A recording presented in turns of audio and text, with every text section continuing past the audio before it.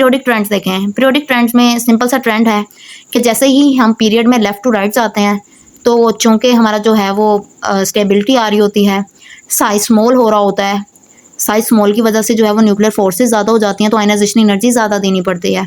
ठीक है, तो पीरियड में हमारी लेफ़्ट टू राइट जाते हुए जो आयनाइजेशन एनर्जी है वो ज़्यादा होती है। In moving from left to right across a period number of shells remain unchanged, जबकि न्यूक्लियर चार्ज बढ़ता है जिसकी वजह से आयनाइजेशन एनर्जी भी ज़्यादा चाहिए। अंडरस्टैंड दिस थिंग, ये हम पहले बात कर चुके हैं कि किस तरह पीरियड में इफेक्टिव न्यूक्लियर चार्ज बढ़ता है।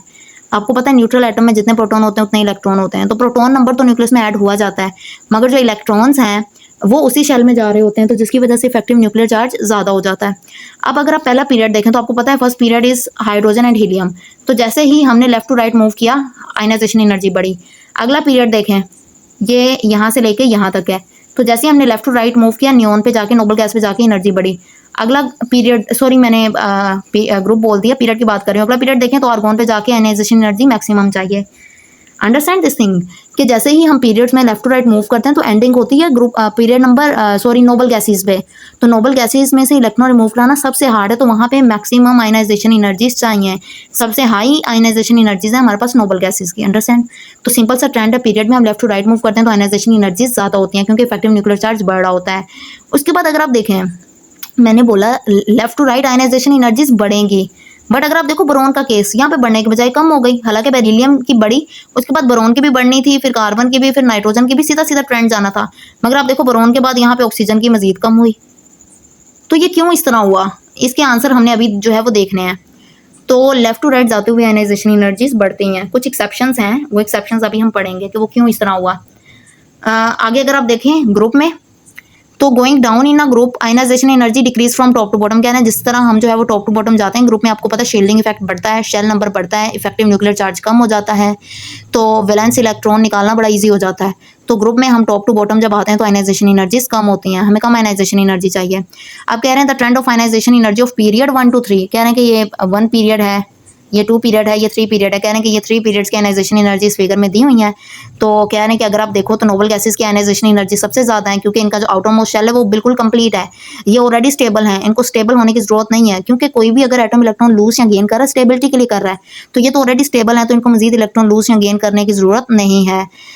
इसके अलावा कह रहे हैं कि removal of electron is extremely difficult noble gases से, whereas alkali metals have lowest values of ionization energy. क्या लिथियम को देखो, सोडियम को देखो, पोटाशियम को देखो, ये अल्कली मेटल्स हैं। ठीक है, तो अल्कली मेटल्स की आयनाइजेशन एनर्जी सबसे लोएस्ट है क्योंकि इनके आखिरी वैलेंस शेल में एक ही इलेक्ट्रॉन होता है, उसको इजीली रिमूव कर देती हैं।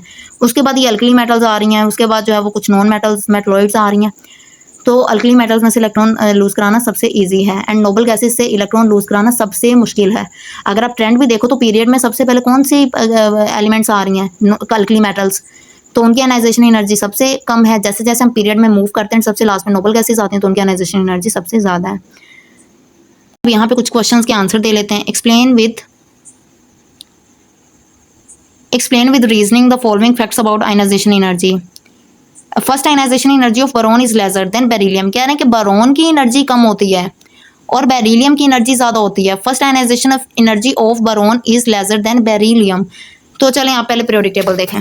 कह रहे हैं बोरॉन की एनर्जी कम है और बेरिलियम की एनर्जी ज़्यादा है। हालांकि हमने ट्रेंड क्या पढ़ा, हमने ट्रेंड ये पढ़ा कि जैसे ही हम लेफ्ट टू राइट मूव करेंगे एनर्जी ज़्यादा होगी, तो अकॉर्डिंग टू ट्रेंड बोरॉन की ज़्यादा होनी चाहिए थी, मगर क्या रीज़न है कि बोरॉन की आयनाइजेशन एनर्जी कम हो गई। अगर आप यहाँ पे बेरिलियम की इलेक्ट्रॉनिक कन्फिग्रेशन देखें तो बेरिलियम का एटॉमिक नंबर होता है 4, उस हिसाब से इसकी कन्फिग्रेशन है 1s2 2s2। बोरॉन का एटॉमिक नंबर होता है 5, उस हिसाब से इसकी कन्फिग्रेशन है 1s2 2s2 2p1। नाउ यहाँ पे दो कंसेप्ट हैं। पहला कंसेप्ट आप क्या लगाओगे, स्पिन पेयर रिपल्शन के। ओके मैम, यहाँ पे देखें तो यहाँ पे हमारी जो है एस ऑर्बिटल है, यहाँ पे जो है वो 2 इलेक्ट्रॉन्स हैं, तो ये आपस में एक दूसरे को रिपेल करेंगे तो आयनाइजेशन एनर्जी कम हो जाएगी। और यहाँ पे बोरॉन है, यहाँ पे देखें कि एक ही इलेक्ट्रॉन है, तो ये रिपेल नहीं करेगा, तो आयनाइजेशन एनर्जी ज़्यादा हो जाएगी। मगर वो आपसे पूछ रहे हैं कि बेरिलियम असूली तौर पे तो बोरॉन की ज़्यादा होनी चाहिए आयनाइजेशन एनर्जी, इस कंसेप्ट के हिसाब से तो ज़्यादा है, मगर क्वेश्चन आपसे पूछा जा रहा है कि बोरॉन की कम है, तो क्यों है बोरॉन की कम। तो देखें दूसरा कंसेप्ट, यहाँ पे अगर आप एस ऑर्बिटल देखें तो ये कंप्लीटली फिल्ड है, तो इसकी आयनाइजेशन एनर्जी क्या होनी चाहिए, ज़्यादा। यहाँ पे अगर आप पी ऑर्बिटल देखें तो ये पार्शली फिल्ड है, आपको पता है पी पी में फर्दर 3 ऑर्बिटल होते हैं, तो ये इस तरह है, तो ये पार्शली फिल्ड है। तो ये पार्शली फिल्ड है, तो यहाँ से इलेक्ट्रॉन रिमूव कराना इजी है, तो इसकी आयनाइजेशन एनर्जी कम होगी। तो अब आप देखें, आपके पास ये दो सेम कंसेप्ट आ गए, आपके पास दो सेम कंसेप्ट आ गए। तो अब आप अगर देखें तो जो हमारे पास इलेक्ट्रॉनिक कॉन्फ़िगरेशन वाला कंसेप्ट है वो डोमिनेट करता है स्पिन पेयर रिपल्शन को। स्पिन पेयर रिपल्शन का इतना ज़्यादा इफेक्ट नहीं है जितना ज़्यादा इफेक्ट इलेक्ट्रॉनिक अरेंजमेंट का है। तो हम इलेक्ट्रॉनिक अरेंजमेंट वाले कंसेप्ट को लेके चलेंगे, क्योंकि स्पिन पेयर रिपल्शन का इतना ज़्यादा इफेक्ट नहीं होता। नाउ आपका क्वेश्चन होना चाहिए कि क्यों स्पिन पेयर जो रिपल्शन है उसका इतना इफेक्ट क्यों नहीं होता। तो बच्चे, इसमें थोड़ी सी फिजिक्स इन्वॉल्व है। अगर आप देखें कि जब हमारे जो चार्ज पार्टिकल्स हैं ना वो मूव करते हैं तो इलेक्ट्रिसिटी प्रोड्यूस होती है। तो जब इलेक्ट्रिक फील्ड पैदा होती है तो इलेक्ट्रिक फील्ड के साथ एक मैग्नेटिक फील्ड भी पैदा होती है। तो जब ये इलेक्ट्रॉन्स ऑपोजिट स्पिन के साथ मूव करते हैं ना तो इनके अंदर एक मैग्नेटिक फील्ड भी डेवलप हो जाती है। अब वो मैग्नेटिक फील्ड या मैग्नेटिक मूवमेंट इस तरह से डेवलप होती है जो कि इन दोनों को होल्ड करके रखती है, क्लोज करके रखती है। तो दिस इज द रीजन कि जितनी रिपल्शन थी नेगेटिव की, उसको कंपनसेट करने के लिए मैग्नेटिक मूवमेंट इनको पकड़ के रखती है। तो जो स्पिन पेयर रिपल्शन है ना उसका इतना इफेक्ट नहीं होता जितना इफेक्ट आपकी इलेक्ट्रॉनिक अरेंजमेंट का होता है।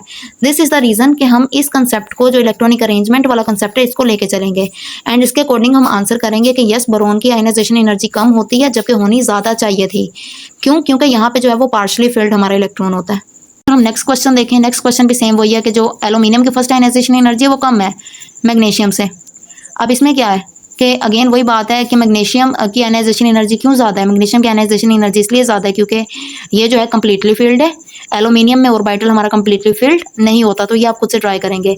एल्यूमिनियम की वैसे ज़्यादा होनी चाहिए थी क्योंकि पीरियोडिक टेबल में मैग्नीशियम पहले आता है, पीरियड में एल्यूमिनियम बाद में आता है। तो आपको पता है पीरियड में जो बाद में आता है उसकी आयनाइजेशन एनर्जी ज़्यादा होती है।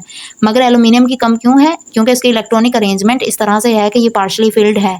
पार्शली फील्ड होने की वजह से इसका इलेक्ट्रॉन रिमूव कराना ईजी है, जबकि मैग्नीशियम जो है ये फुली फील्ड इसका ऑर्बिटल होता है आखिरी वाला। तो यहाँ से जो है इलेक्ट्रॉन जो है वो रिमूव कराना थोड़ा डिफिकल्ट है। आगे पूछा हुआ है कि कौन सा ट्रेंड ऑब्जर्व करते हो आप जिस तरह आप ग्रुप 3 में नीचे आते हो। तो आपको पता है कि जैसे ही हम ग्रुप 3 में नीचे आते हैं तो शील्डिंग इफेक्ट बढ़ता है, न्यूक्लियर चार्ज कम होता है, एटॉमिक साइज बढ़ता है, जिसकी वजह से आयनाइजेशन एनर्जी कम हो जाती है। तो ये रीजंस हैं कि एक तो हम जो ट्रेंड ऑब्जर्व करते हैं वो ये कि हमारी ionisation energy down the group कम हुई है। रीज़न क्या है? न्यूक्लियर इफेक्ट का कम हो जाना, शील्डिंग इफेक्ट का बढ़ जाना, एटॉमिक साइज का बढ़ जाना। That was all about today's lecture. Thank you. अल्लाह हाफिज़।